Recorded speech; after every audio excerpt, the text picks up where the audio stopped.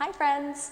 In this video, I'm going to demonstrate hip CARs, controlled articulations of your hip. What is that? Well, let me show you. What is our hip? Our hip is our thigh bone inserting into our pelvis, right? So your femur inserts into the pelvis. This makes your hip.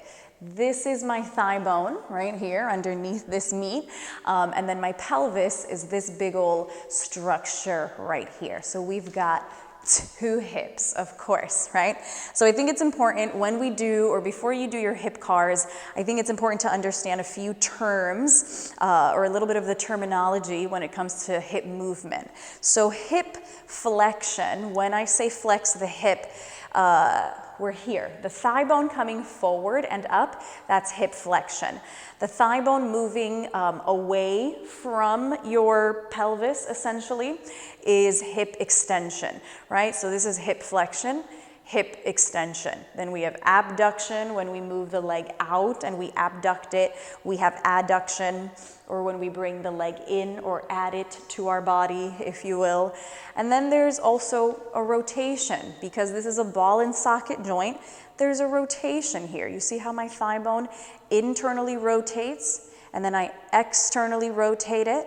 I can do that rotation here, internal, external, right?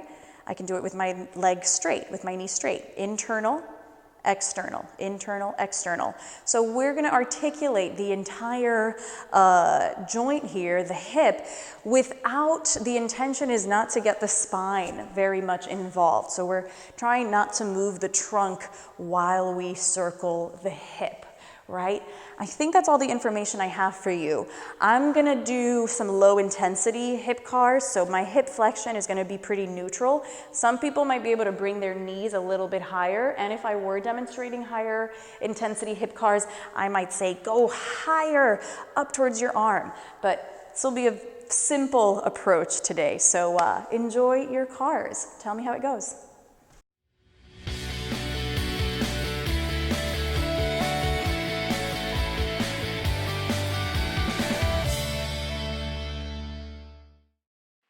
Before I begin the hip CARs, I want to become aware of my pelvis because I don't want the pelvis to move in the hip CAR.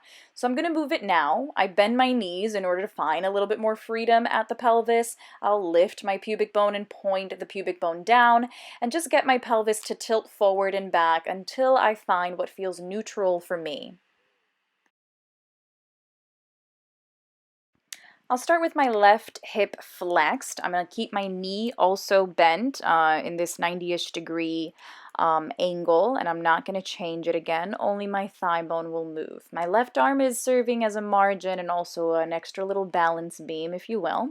I open my hip towards the left, and then I internally rotate my thigh. My knee goes from pointing forward to drawing a line down in order to get my thigh bone into hip extension. I flex my hip again, bringing the thigh forward. I abduct and open up my hip without rotating the trunk. Internally rotate my thigh, get my knee to glide down. Little engagement in the back of my leg to make sure I meet my full hip extension. And back to flexion. I reverse it. From flexion, we move into hip extension, and I make sure again that my glute, hammies, nicely engaged.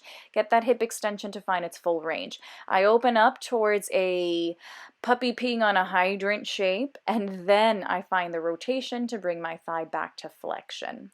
We find the extension. We open the leg up, abduction, into what feels like a puppy peeing on a hydrant. From there, we find the rotation that allows the thigh bone to come back into flexion. That part gets a little confusing, so we'll practice this a little bit more, and it's really difficult to describe these hip CARs in a voiceover.